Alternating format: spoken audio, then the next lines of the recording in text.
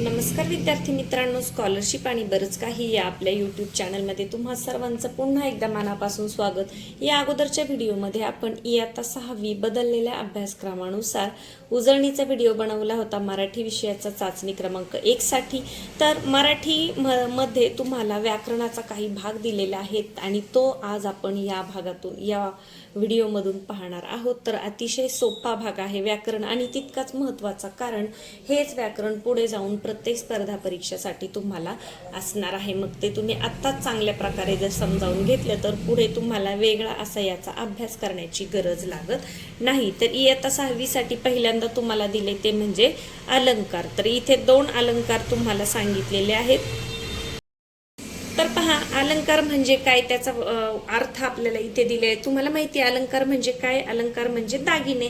तर आता पहा, म्हणजे काय भाषेला दागिने घालायचे असं त्याचा अर्थ होतो का? तर नाही। तर पहा, अलंकार म्हणजे दागिन्यांमुळे व्यक्तीच्या सौंदर्यामध्ये भर पडते। त्याचप्रमाणे भाषेच्या अलंकारांनी भाषेला सौंदर्य प्राप्त होते। भाषेला ज्याच्यामुळे शोभा येते त्या गुणधर्मांना भाषेचे अलंकार असे म्हणतात। अलंकारयुक्त भाषा वाचताना ऐकताना आपल्याला आनंद वाटतो। भाषेचा महत्त्वाचा घटक म्हणजे शब्द आणि अर्थ होय। यावरून भाषेच्या अलंकाराचे शब्दालंकार व अर्थालंकार असे 2 प्रकार पडतात। आता पहा, अलंकाराचे 2 मुख्य प्रकार आहेत। पहिला आहे शब्दालंकार, दुसरा आहे अर्थालंकार। तर शब्दालंकार तुम्हाला यंदा अभ्यासाला आहेत। तर अनुप्रास, यमक आणि श्लेष हे 3 अलंकार तुम्हाला दिलेले आहेत। आता हे फक्त माहितीसाठी असू द्या। उपमा, उत्प्रेक्षा, रूपक, अपणहुती, व्यतिरेक, चेतना, गुणोक्ती हे जे अलंकार आहे, जेव्हा तुम्ही वरच्या वर्गांमध्ये जाल तेव्हा एकेका अलंकाराची तुम्हाला पुढे ओळख होत जाईल। सध्या आपण शब्दालंकार पहा, यावर्षी शब्दालंकार या घटकाची तुम्हाला ओळख करून दिलेली आहे। तर शब्दालंकार म्हणजे काय? जे अलंकार शब्दांवर, त्यातील अक्षरे, स्वरांसहित व्यंजने समूहावर आधारलेली असतात, म्हणजे ज्यामध्ये चमत्कृती ही वर्णोच्चारापुरती किंवा विशिष्ट शब्द योजनेपुरती मर्यादित असते, त्यांना शब्दालंकार असे म्हणतात। म्हणजे जसं आता ही व्याख्या तुम्हाला पाठ करायची का नाही, तर काय करायचं, तुम्हाला अलंकार फक्त लक्षात ठेवायचे। तर 2 अलंकार आहेत, अनुप्रास आणि यमक, याची माहिती इथे दिलेली आहे। तर अनुप्रास अलंकार म्हणजे काय? तर एखाद्या वाक्यात किंवा कवितेच्या एखाद्या चरणामध्ये एकाच अक्षराची पुनरावृत्ती होते। पुनरावृत्ती होते म्हणजे काय? ते अक्षर पुन्हा पुन्हा येतं आणि त्यामध्ये विशिष्ट नाद, विशिष्ट लय म्हणताना प्राप्त होते। त्यामुळे काय होतं की जेव्हा त्या ओळीला त्या नादामुळे सौंदर्य प्राप्त होते तेव्हा अनुप्रास अलंकार होतो। आता असं व्याख्या सांगून कळणार नाही, तर पहा, गोड गाणी गुणगुणत गाव जागे झाले। गोड गाणी गुणगुणत गाव जागे झाले। इथं पहा, ग ग ग ग बऱ्याच वेळा ग आलेला आहे आणि न सुद्धा आलेला आहे। पहा, गाणीमध्ये न, इथे न। त्यामुळे काय झाले, जेव्हा एखादा अक्षर परत परत परत परत येतं आणि एक प्रकारचा नाद तयार होतो तेव्हा त्याला काय म्हणतात? अनुप्रास अलंकार आहे असं म्हणतात। जसं दुसरं उदाहरण पहा, फुलबाग फुलांनी फुलली। पहा, फू फू फू इथे, यानंतर ल ल हे सुद्धा आपल्याला इथे डबल आलेलं दिसतं। म्हणजे एखादं अक्षर जर एखाद्या ओळीमध्ये परत परत येत असेल आणि त्यामुळे जर नाद निर्माण होत असेल तर त्याला काय म्हणतात की अनुप्रास अलंकार असे म्हणतात। आता पहा, खालील ओळीत कोणत्या अक्षरामुळे अनुप्रास निर्माण झालेला आहे किंवा अनुप्रास झालेला आहे ते सांगा।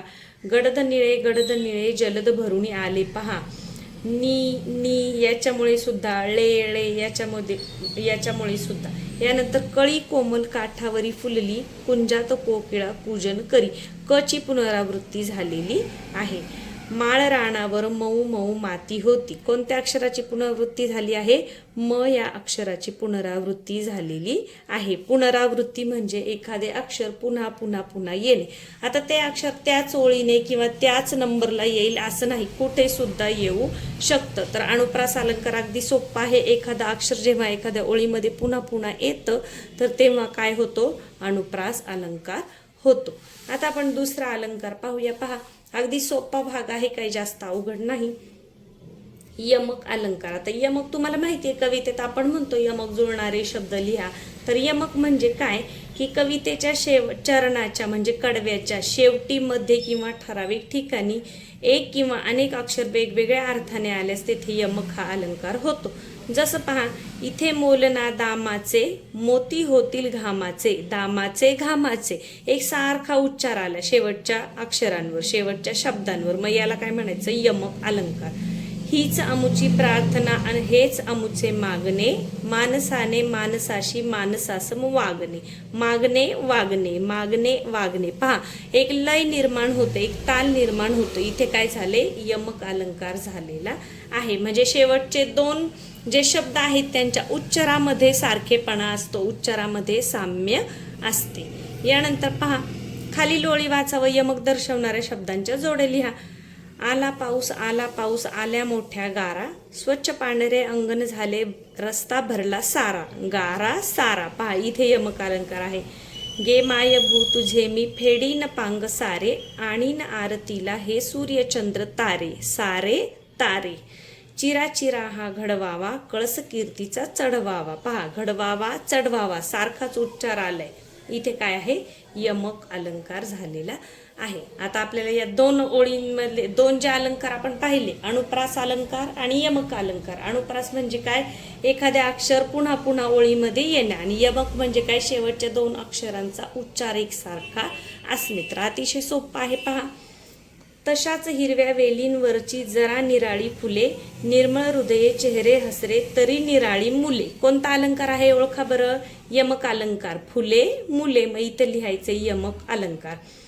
काकूने काकांच्या कपाटातील कोरे कागद कात्रीने कराकर कापले. कोणत्या अक्षराची पुनरावृत्ती झाली? क या अक्षराची पुनरावृत्ती झालेली आहे. म्हणजे कोणता अलंकार आहे? अनुप्रास. यानंतर सोनसळी सकाळ सुंदर सुगंधाने सजली. पहा स ची पुनरावृत्ती झालेली आहे, तर अनुप्रास अलंकार. फिटे अंधाराचे जाळे झाले मोकळे आकाश, दरी खोऱ्यातून वाहे एक प्रकाश प्रकाश.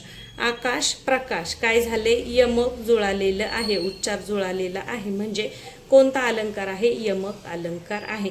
तर लक्षात ठेवा अनुप्रास अलंकारामध्ये काय होतं? एखादं अक्षर पुन्हा पुन्हा येतं, पण ते कुठेही असू शकतं. आणि यमक अलंकारात मात्र शेवट म्हणजे ठराविक ठिकाणीच ते अक्षर तुम्हाला, ते शब्द तुम्हाला दिसतात. जसं पहा आकाश प्रकाश, शेवट तुम्हाला हा शब्द दिसत आहे. तर अशा प्रकारे हा यमक आणि अनुप्रास अगदी सोपे प्रकार आहेत, तर हे आपण पाहिलेले आहेत. याच्यानंतर तुम्हाला व्याकरणाचा अजून एक भाग आहे, तो म्हणजे शब्दांच्या जाती. त्याच्यावरही एक नजर टाकूया.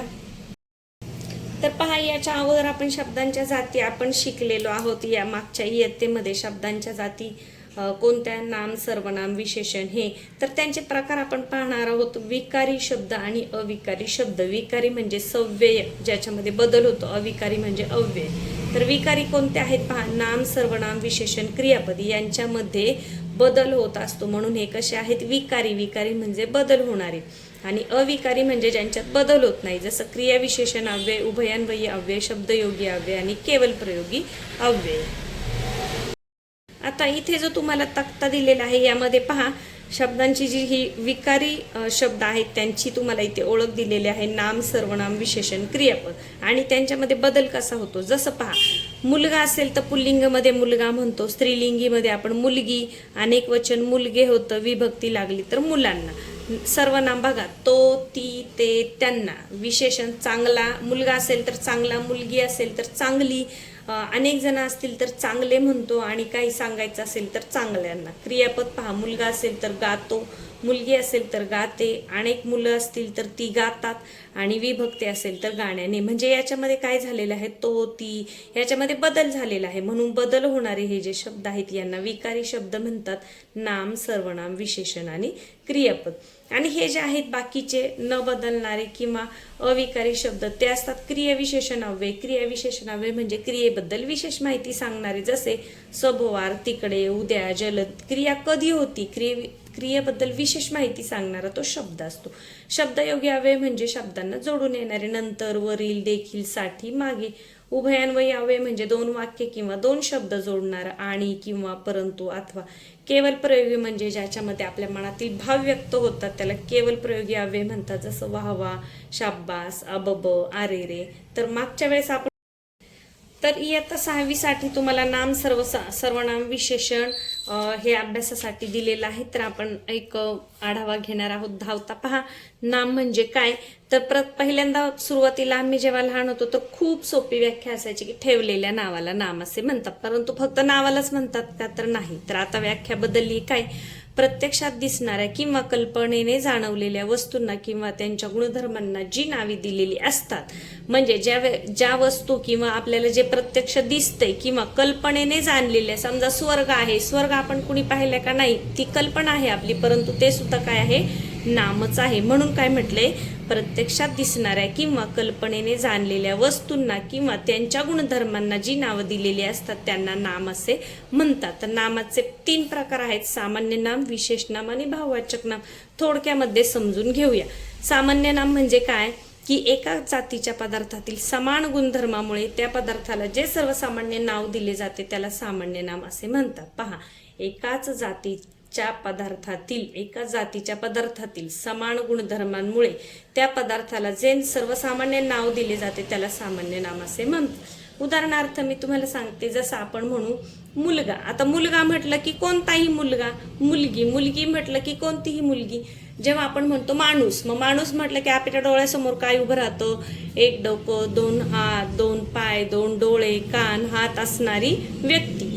परंतु मग ह्याला काय म्हणायचं? सामान्य नाम म्हणायचं. जसं आपण म्हटलं गाय, तर गाय म्हणजे काय? दूध देणारी, 4 पाय, 1 शेपूट, शिंगे, कान असणारी, तिला आपण गाय म्हणतो.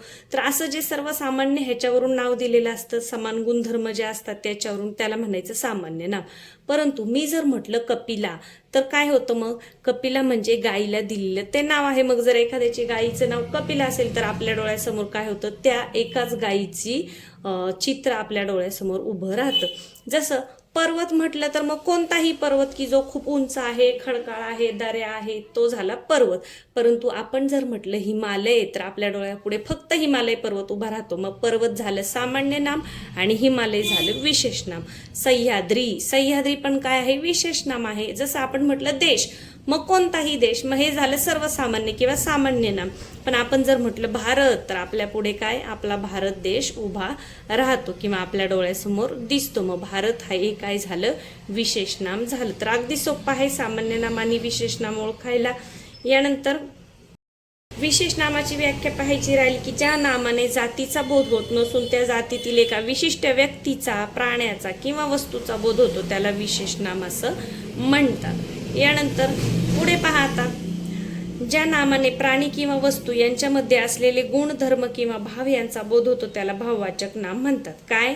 ज्या नामाने प्राणी किंवा वस्तू यांच्यामध्ये असलेले गुण, धर्म किंवा भाव यांचा बोध होतो त्याला भाववाचक नाम असे म्हणतात. जसं इथं उदाहरण दिले, प्रामाणिकपणा हा खूप चांगला गुण आहे. आता प्रामाणिकपणा काय आहे? आपल्याला दिसतो का? नाही, तो जाणवतो, तो गुण आहे अंगचा, म्हणून प्रामाणिकपणा हे आहे भाववाचक नाम.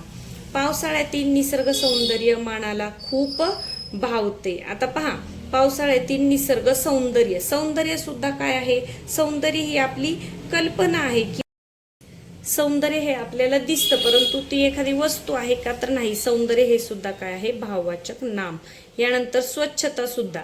यानंतर जोशीबाईंना जॉनने केलेली स्वच्छता आवडली. स्वच्छता हे सुद्धा काय आहे? एक भाववाचक नाव आहे. याचप्रमाणे वेगवेगळ्या प्रकारची भाववाचक नामे आहेत. जसे जसे तुम्ही पुढं शिकत जाताल, वेगवेगळे पाठ वाचताल, तसे हे जे आहे नामांमधला फरक हा तुम्हाला समजत जाईल. आता पहा, पुढे काही सामान्य नामे, विशेष नामे व भाववाचक नामे दिलेली आहेत. तक्त्यामध्ये वर्गीकरण करा.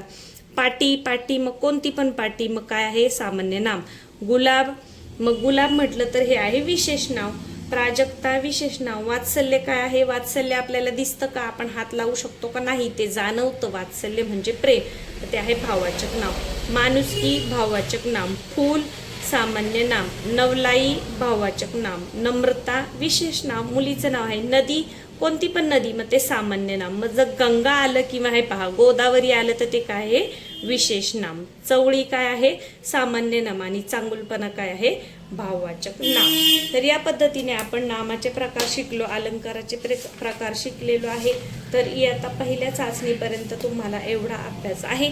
व्हिडिओ आवडला असेल तर व्हिडिओला नक्कीच लाईक करा. चॅनलवर नवीन असाल तर सबस्क्राईब करा. धन्यवाद.